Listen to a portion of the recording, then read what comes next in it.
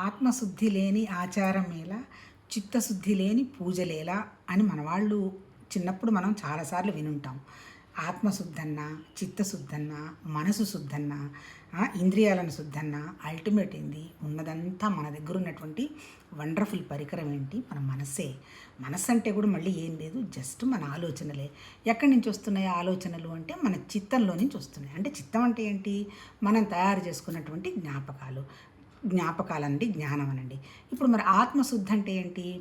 మనం ఏం చేయాలి? వాటిని మనం శుద్ధి చేయాలి. శుద్ధి ఎట్లా చేయగలుగుతాము? శుద్ధి ఎట్లా చేస్తాము అంటే, మనకి ఇప్పటివరకు ఏంటి? హ్యాబిచువల్ థింకింగ్ అంటాం. హ్యాబిచువల్ థింకింగ్ అంటే ఎప్పుడు మనం ఒక మనుషుల గురించి కానీ మనమే అబ్జర్వ్ చేసుకోవాలబ్బా. ఏదైనా కూడా ఒక మనుషుల గురించి కానీ ఒక వస్తువుల గురించే ఆలోచిస్తాం కానీ సబ్జెక్టు గురించి ఆలోచించాం. సబ్జెక్ట్ అంటే ఏంటి? సబ్జెక్టివ్ అంటే జ్ఞానం. దాని గురించి మనం ఏమైనా ఆలోచన చేస్తామా? తక్కువ చేస్తామన్నమాట.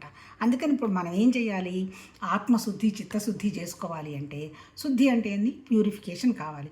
ప్యూరిఫికేషన్ అంటే మనం ఏదో పాపాలు చేసాం, పుణ్యాలు చేసాం అవన్నీ కాదు. మనం ఏంటి? సబ్జెక్టివ్ థింకింగ్లోకి రావాలి. సబ్జెక్టివ్ థింకింగ్ అంటే ఏంటి?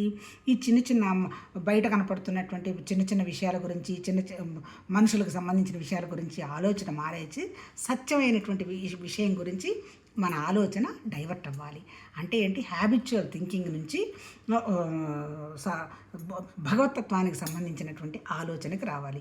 ఎప్పుడైతే అలా ఆలోచనకు వస్తామో మన బుద్ధి శుద్ధి అవుతుంది, ఆత్మశుద్ధి అవుతుంది. మరి ఈ ఆత్మశుద్ధి, చిత్తశుద్ధి లేకుండా మనల్ని ఆపుతున్నది ఏంటి? చెప్పుకున్నాం కదా, మనుషుల గురించి, వస్తువుల గురించి ఆలోచించి ఏం చేస్తాము? మనం చేస్తున్న ప్రతి పని కూడా వాటికి సంబంధించిన విషయాలు కరెక్టేనా నిరూపించడానికి ప్రయత్నం చేస్తాం. అంటే దాన్ని జస్టిఫికేషన్ అంటాము. ఆ తర్వాత ఇంకా ఏం చేస్తాము? నేను చేస్తున్నది కరెక్ట్ అని నిరూపించడానికి ప్రయత్నం చేస్తాము. అంటే నాదే కరెక్ట్ అనేటువంటి విషయం ప్రూవ్ చేద్దాం అనుకుంటాము. తర్వాత చేసేదంతా రైట్ అనేది పోతామంటాం. దాన్ని మళ్ళీ ఇండైరెక్ట్గా చెప్పాలంటే అదే హ్యాబిచువల్ థింకింగ్. అలా ఇప్పటి వరకు అలవాటు పడ్డాం. అంటే ఏంటి? మనం ఎవరి మాట తొందరగా విన్నట్టు నటిస్తాం కానీ చెయ్యము. ఎందుకు చెయ్యము? ఎవరు మనసు చెప్పినట్టు వాళ్ళు నడుచుకుంటూ పోతారు కాబట్టి. అందుకని ఇప్పుడు మనం ఏం చేయాలి? ప్రతి వాళ్ళం కూడా ఆ మనస్సుని హ్యాబిచువల్ థింకింగ్, ఆబ్జెక్ట్ థింకింగ్, మనుషుల గురించి థింకింగ్లో నుంచి చిన్నగా బయటపడేసి సబ్జెక్టివ్ థింకింగ్కి మన మనసుని తీసుకెళ్ళాలి.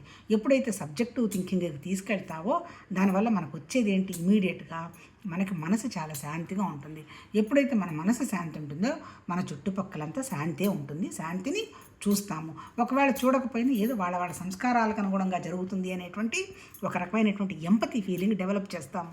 ఎక్కడ ఘర్షణ పడమన్నమాట.